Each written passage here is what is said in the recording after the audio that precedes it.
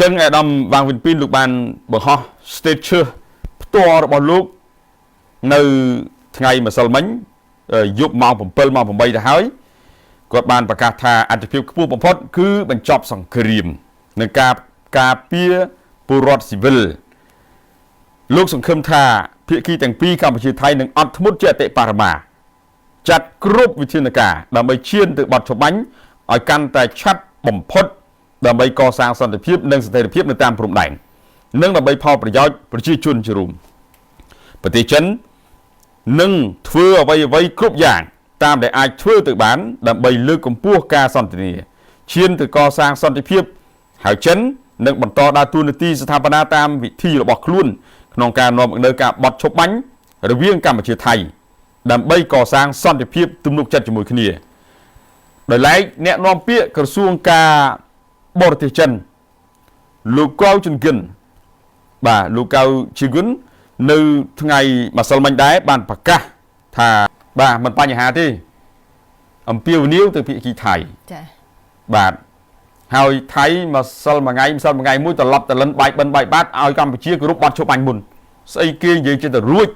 ម្សិលមិញលោកមត្រាចាម្សិលមិញហ្នឹងគឺគេដាក់ពាក្យមួយដែរចាអ្នកនាំទូរទស្សនិកជនជាទីមេត្រីវេលាព្រឹកថ្ងៃអង្គារយើងខ្ញុំសូមអនុញ្ញាតអធិប្បាយព្រឹត្តិការណ៍ព័ត៌មានសំខាន់ទូអ្នកបានជ្រាបជាពិសេសនោះគឺថា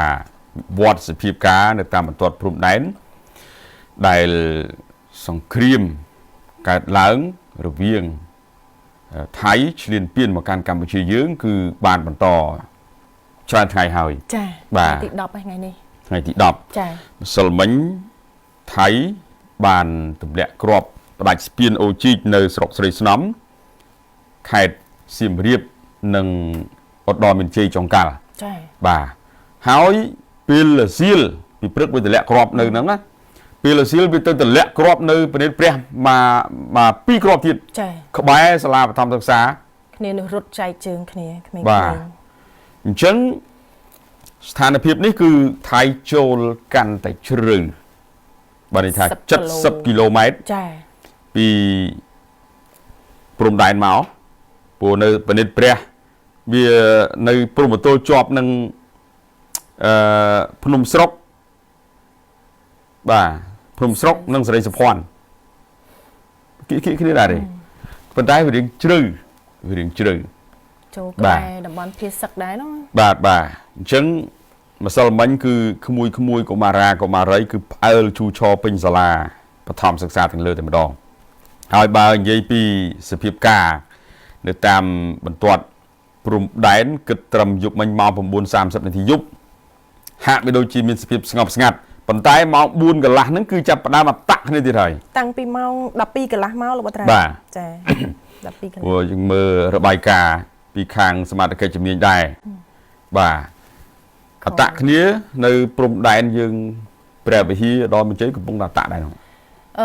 យប់មិញបងប្អូនគ្រាន់តែរៀងស្ងាត់ថាខ្ទង់ 2-3 ម៉ោងចុះចាតាំងពីម៉ោង 9 ជាងដល់ 10 ជាងអី1ម៉ោង 2 ម៉ោងហ្នឹងអត់បានឮស្នូសំឡេងគ្រាប់ចាប់ផ្លោងចូលបងប្អូនមានអារម្មណ៍ថារៀងធូរស្រាលបន្តិចប៉ុន្តែក៏នៅតែមិនទុកចិត្តដដែលចាបានន័យថាយើងដឹងហើយយើងដឹងថាស្ងាត់ហ្នឹងស្ងាត់តែមួយផ្លែតទេអាចនឹងបន្តបន្ថែមទៀតគ្រាន់ថាអាចនឹងខ្ទង់1ម៉ោង 2 ម៉ោងឬក៏3ម៉ោងអីចឹងទៅចាព្រោះចរិតបុគ្គលិកលក្ខណៈរបស់សៀមហ្នឹងគឺគេវាយដោយថ្មើរជើងវាយមិនចុះប្រើ S16 ដាក់ទម្លាក់គ្រាប់បាញ់ផ្លោងកំភ្លើងផ្លោងគ្រប់ធុនបាទដើម្បីឲ្យកម្ពុជាយើងចេញពីតំបន់ហ្នឹងហើយគេឡើងមកដោតទង់មកផ្លេតប្រាប់ទៅវិញបាត់យើងវាយកំតិចនោះបានទៅវិញឬក៏អត់មិនដឹងថាបានទៅវិញឬអត់ខ្ញុំមិនដឹងជីដឹងអីបែរខ្លាចតែបានទៅវិញចាបាទប្រាប់ទៅក៏ស្ងាត់ទៅវិញទៀតបាទអញ្ចឹងគ្រប់សមរភូមិប្រិមណាកម្ពុជានៅតែរក្សាម្ចាស់ការមាំទាំខ្លួនឯងចាដូចប្រិមិត្តយើងឲ្យជាយោបល់ហើយនាំគ្នា posted ជើគាត់ថាមិត្តរបស់កម្ពុជាគឺខ្មែរគាត់និយាយបន្តហ្នឹងចុះអត់មានអីក្រៅពីខ្មែរខ្លួនឯងម៉ោងនេះស្មើនេះគឺត្រូវតែការពារផ្ទះខ្លួនឯងបាទទស្សនវិជ្ជានេះពេលកន្លងទៅ ដូចបងប្អូនយើងបានជ្រាបហើយយើងមិនមែននៅក្នុងសមរភូមិមុខក៏ប៉ុន្តែដឹងតំណឹងតាមរយៈនៃការផ្ដល់ពីសមរភូមិមុខជាព័ត៌មាន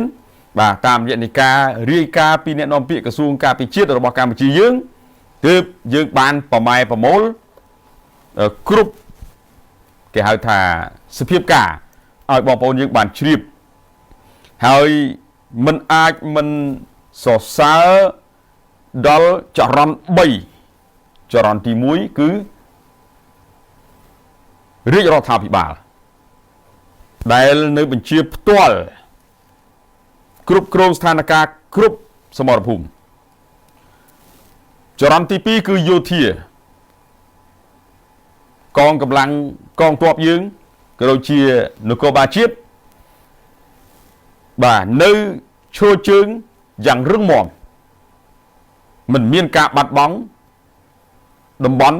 ខ្សែត្រៀមណាមួយឡើយបាទមកដល់ពេលនេះនេះតាមការបញ្ជាក់របស់អ្នកនាំពាក្យក្រសួងការពារជាតិមួយចរន្តទី3គឺពលរដ្ឋបាទម្សិលមិញអង្គុយមើលសំណេរអាដាមឃីវកញ្ញរិទ្ធលោកបានលើកឡើងពាក់ព័ន្ធទៅនឹងកត្តា3ដែលសៀមអានេះគាត់ជាយោបល់របស់គាត់ជាគំនិតរបស់គាត់ទៅសេទេយើងមើលទៅវាហាក់បីដូចជាត្រូវស្ថានភាពដែរចា៎បាទលោកបានលើកឡើងថាសៀមគឺវាយមកកាន់កម្ពុជាចូលលើជ្រៅគឺចង់คลายជាបងធំនៅក្នុងអាស៊ីអាគ្នេយ៍អាហ្នឹងនិយាយដាច់ដល់ឡែកណាប្រិមិត្តទី2គឺវាយបំបាក់ឲ្យយើងនឹងគឺថាទ្រាំខ្លួនទី1ឲ្យរដ្ឋាភិបាលចេញកញ្ចប់លុយឲ្យបានច្រើនចេញយូរទៅអស់លុយចា៎បាទប៉ុន្តែច្រឡំធំគឺពលរដ្ឋជាអ្នកប្រម៉ែប្រមូលបកោកបការៃអង្គាចរន្តឈាមតែមួយអញ្ចឹងគឺយើងនៅគ្រប់គ្រងស្ថានភាពបានអ្វីដែលសំខាន់ប្រិមិត្តពលរដ្ឋគឺជាឆ្អឹងខ្នងពីក្រោយនៃការទប់សភាពការស្បៀងអាហារអញ្ចឹងហើយបានយើងមាំទាំបាទមិនងាយនឹងបាក់ធ្លាប់ដោយសត្រូវទម្លាក់គ្រាប់បដូរពីការប្រើថ្មើរជើងវាយមិនចុះប្រើយន្តហោះចម្បាំង S16 ទម្លាក់គ្រាប់ទៅពីបាទហើយវាមានអ្នកឲ្យពងទៀតដែលប្រហែលថ្ងៃនេះសមត្ថកិច្ចយើងចាប់ខ្លួនបានជាបន្តបន្ទាប់វាយខ្នោះអាខ្លះនឹងរត់កិច្ចខ្លួនទៀតចុច GPS ដើម្បីបាញ់កំទេចទីតាំងយោធារបស់យើងហើយអានោះវាមានឃើញ GPS បាញ់ទៅយោធាណាវាលេងលាំងទៅបងប្អូនប្រជាពលរដ្ឋរបស់យើងជនស៊ីវិលបាទម្សិលមិញមិនទម្លាក់គ្រាប់ក្បែរជនពិសឹកនៅសៀមរាបចា៎បាទអានឹងហើយដែលជាការតាមប្រមាញ់របស់សមាជិកជំនាញបាទហើយបងប្អូនគាត់ឃើញនៅក្នុងរូបភាពគាត់មើលគាត់ទប់ចង់បានគាត់ថាឯងធ្វើឲ្យគេនឹងរបួសស្លាប់គ្រប់គ្នាមកសម័យហ្នឹងដូចជាត្រូវមេភូមិម្នាក់ហើយនឹងពលរដ្ឋ2នាក់បន្ថែមទៀតចាដែលគាត់ប្រចាំការនៅភូមិចាប្រជាការពារបើតាមការបញ្ជាក់ពីអធិការឋានគោបាលស្រុកស្រីស្នំសួរចម្លើយវាថាទទួលប្រាក់$20000មុនជា20000មុន20000ជាធ្នូនឹងការផ្ដល់ប្រាក់20000រួច2500ហ្នឹងគឺឲ្យចាយសិនឲ្យបានមុន2500បាទរួចប្រាក់5000 BM មួយគ្រឿងឲ្យទៅចុចចំវាឲ្យ5000ភ្លាមនេះសៀមទុច្ចរិតដេរិឆានហ្នឹងគឺគាត់ទិញក្បាលអនុឃ្លឺទៅបានលុយអញ្ចឹងវាអត់មានការគិតសតិសម្បញ្ញៈក្នុងនាមជាតិខ្មែរណាបាទចាប់បាន5 6នាក់ណាប្រិមត្តណាគ្រាន់តែថាម្សិលមិញអានេះឲ្យពងទៅដល់ S16 ក៏ភ្លើងផ្លោម155លីហើយរូបភាពបុគ្គលមួយទៀតដែលស្លៀកពាក់ឯកសណ្ឋាននោះគឺរត់គេចខ្លួនហើយបលិសកំពុងតែតាមបកោកប្រកាសចាប់ខ្លួនជាមួយនឹងរថយន្តព្រុសមួយគ្រឿងហើយដែលដឹងដំណឹងដំបូងគឺថាមិនហ៊ានជឿគាត់ពាក់ឯកសណ្ឋានទាហានណាតែដល់ពេលពីសមរភូមិអានសេះមកបានដឹងថាគាត់បុគ្គលនេះគឺជាអ្នកឲ្យពងទៅសៀមគឺលេនដ្ឋានរបស់កម្ពុជាយើងបាទផ្ដាច់ស្ពាន គឺគាត់ជាអ្នកឲ្យម៉ូទាំងអស់អញ្ចឹងហើយបានជានៅក្នុងអង្គភាពកំពុងតាមចាប់ខ្លួនដែរនឹងរត់ដល់ណាទេតែរត់មិនរួចទេបាទមិនគួរណាលក់ក្បាលឲ្យសត្រូវមកទម្លាក់គ្រាប់នៅក្នុងស្រុកទេសខ្លួនឯងបាទធ្វើឲ្យពលរដ្ឋខ្លួនឯងស្លាប់រងរបួសធ្ងន់ធ្ងរបាត់បង់ទីជម្រកក្មេងៗបានរៀនបាទរាប់សែននាក់មកដល់ពេលបច្ចុប្បន្ននេះដោយសារតែអស់អ្នកបាទត្រូវបានគេពង្វិលឃើញលុយស្រែកឃ្លានចោលជាតិសាសន៍ខ្លួនឯងសួរថាគេបំផ្លាញយើងហើយអស់លោកទៅនៅណាទៅនៅជ្រលកោននៅស្រុកគេឬយ៉ាងម៉េចឬក៏គេឲ្យសញ្ជាតិបានជាក្បត់ជាតិបែបនេះបាទពលរដ្ឋនឹងគាត់ចូលមកគឺមិនគាំទ្រគឺថាត្រូវតែធ្វើបែបនេះត្រូវតែធ្វើបែបនោះគាត់ខឹងទៅមកគាត់ថាមិនបាច់ដាក់គុកទេទៅទៅមកទៅបាទអញ្ចឹងអានឹងគឺទុកឲ្យតុលាការយោធាជាអ្នកចាត់ចែងក្រោយពេលដែលចាប់ខ្លួនបានចា៎បាទគេមានវិន័យគេមានច្បាប់មានទម្លាប់នៅក្នុងក្របខ័ណ្ឌក្បត់ជាតិបែបនេះបាទប្រិយមិត្តណាបាទអញ្ចឹងសរុបមកវិញម្សិលមិញក្បាលល្ងាចទៅហើយបាទក្រោយពេលដែលប្រជាជនកម្ពុជារបស់យើងចូលទៅខមមិនច្រើនឥតកណនីនៅក្នុងเพจរបស់អាដាមបាងវិញពីនដែលជាឯកអគ្គរដ្ឋទូតចិនប្រចាំកម្ពុជាលោកចូលទៅខមមិនអញ្ចេះស្នើសុំទៅដល់មិត្តចិនជួយអន្តរាគមន៍ជួយជាសម្លេងថាកម្ពុជាត្រូវការសន្តិភាពមិនត្រូវការសង្គ្រាមទេត្រូវការអភិវឌ្ឍចំបាច់ណាស់កម្ពុជាត្រូវការមួយមុខគត់គឺការអភិវឌ្ឍនិងសន្តិភាពដើម្បីឲ្យប្រជាជនមានភាពរស់រានស្មើមុខស្មើមាត់ជាមួយគេនៅក្នុងតំបន់អាស៊ីអាគ្នេយ៍នេះបាទហើយមិត្តចិនជាមួយនឹងកម្ពុជាកន្លងទៅគឺយើងមានការទំនាក់ទំនងល្អមកដល់ពេលបច្ចុប្បន្នក៏នៅតែមានការទំនាក់ទំនងល្អចា៎បាទអញ្ចឹងអាដាមវ៉ាងវិនពីនលោកបានបង្ហោះ status ផ្ទាល់របស់លោកនៅថ្ងៃម្សិលមិញយប់ម៉ោង7ម៉ោង8ទៅហើយគាត់បានប្រកាសថាអត្ថប្រយោជន៍ខ្ពស់បំផុតគឺបញ្ចប់សង្គ្រាមនិងការពារពលរដ្ឋស៊ីវិលលោកសង្ឃឹមថាភាគីទាំងពីរកម្ពុជាថៃនឹងអត់ធ្មត់ជាអតិបរមាចាត់គ្រប់វិធានការដើម្បីឈានទៅបទច្បាញ់ឲ្យកាន់តែឆាប់បំផុតដើម្បីកសាងសន្តិភាពនិងស្ថិរភាពនៅតាមព្រំដែននិងដើម្បីផលប្រយោជន៍ប្រជាជនជារួមប្រទេសចិននឹងធ្វើអ្វីគ្រប់យ៉ាងតាមដែលអាចធ្វើទៅបានដើម្បីលើកកម្ពស់ការសន្ទនាឈានទៅកសាងសន្តិភាពហើយចិននឹងបន្តដើរតួនាទីស្ថាបនាតាមវិធីរបស់ខ្លួនក្នុងការនាំមកនូវការបត់ឈប់បាញ់រវាងកម្ពុជាថៃដើម្បីកសាងសន្តិភាពទំនុកចិត្តជាមួយគ្នា